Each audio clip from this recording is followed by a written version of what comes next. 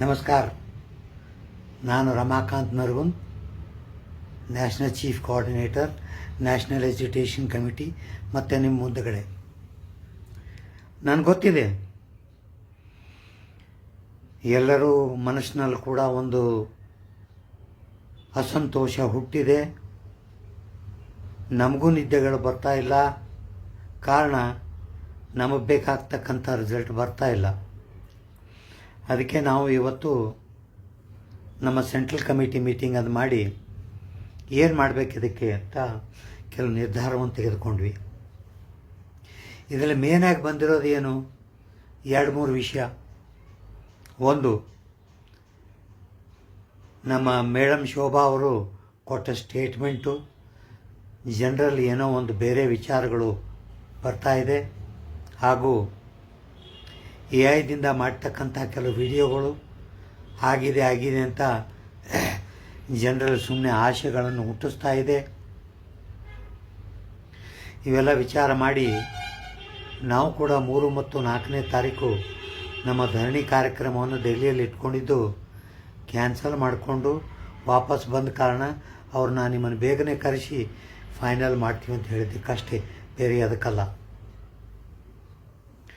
ಇಷ್ಟು ದಿವಸ ಆಯಿತು, ಏನೂ ಬರ್ತಾ ಇಲ್ಲ. ನೀವೊಬ್ಬರೇ ಅಲ್ಲ, ನಾವು ಭಾಳ ಒಂಥರ ಆಗಿಬಿಟ್ಟಿದೆ ನಮ್ಮ ಹತ್ರ.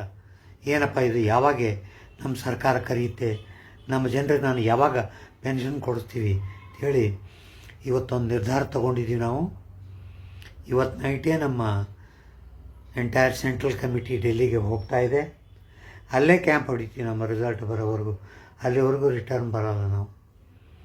ಈ ನಿರ್ಧಾರವನ್ನು ನಿಮಗೆ ತಿಳಿಸಲು ನಾ ಬಯಸುತ್ತೇನೆ.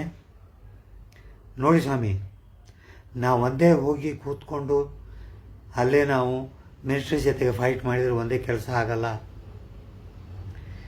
ಪ್ಯಾರಲಲ್ ಆಗಿ ನಿಮ್ಮ ಕಾರ್ಯಕ್ರಮಗಳು, MP ಗಳನ್ನು ಮೀಟ್ ಮಾಡೋದು, ಮೀಟಿಂಗ್ಗಳನ್ನು ಮಾಡೋದು, ಮೆಮೊರಂಡಮ್ ಸಬ್ಮಿಟ್ ಮಾಡೋದು, ಇದು ನಡೀತಾನೇ ಇರಬೇಕು. ಯಾವಾಗ ಇದು ನಡೀತಾ ಇರುತ್ತೋ ಆವಾಗ ನಮ್ಮದು ಮಿನಿಸ್ಟ್ರ್ ಕಡೆ ಹೋಗಿ ಕೆಲಸ ಮಾಡೋದು ಸುಲಭ ಆಗುತ್ತೆ. ಇಲ್ಲದೆ ಹೋದರೆ ಆಗಲ್ಲ. ನಿಮ್ಮ ಸಪೋರ್ಟ್ ಇಲ್ಲದೆ ಹೋದರೆ ನಮ್ಮ ಕೆಲಸ ಆಗೋಕ್ಕೆ ಸಾಧ್ಯವಿಲ್ಲ. ಇವತ್ತು ರಾತ್ರಿ ನಾವು ಪ್ರಯಾಣವನ್ನು ಡೆಲ್ಲಿಗೆ ಬೆಳೆಸ್ತಾ ಇದ್ದೀವಿ.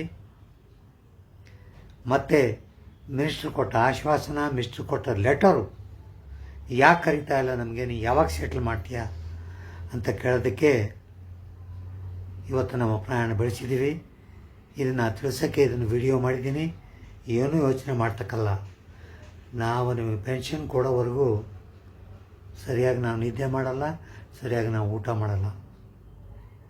ನಮ್ಮನ್ನು ನಂಬಿ ನಮ್ಮ ಜೊತೆಗಿರಿ.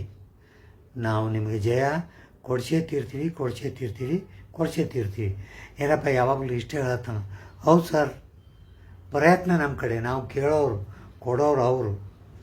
ಸೊ ನಮ್ಮ ಪ್ರಯತ್ನ ಜಾರುವಾಗಿದೆ. ನೀವು ಕಾರ್ಯಕ್ರಮಗಳನ್ನ ಮಾಡ್ತಾಯಿರ್ರಿ.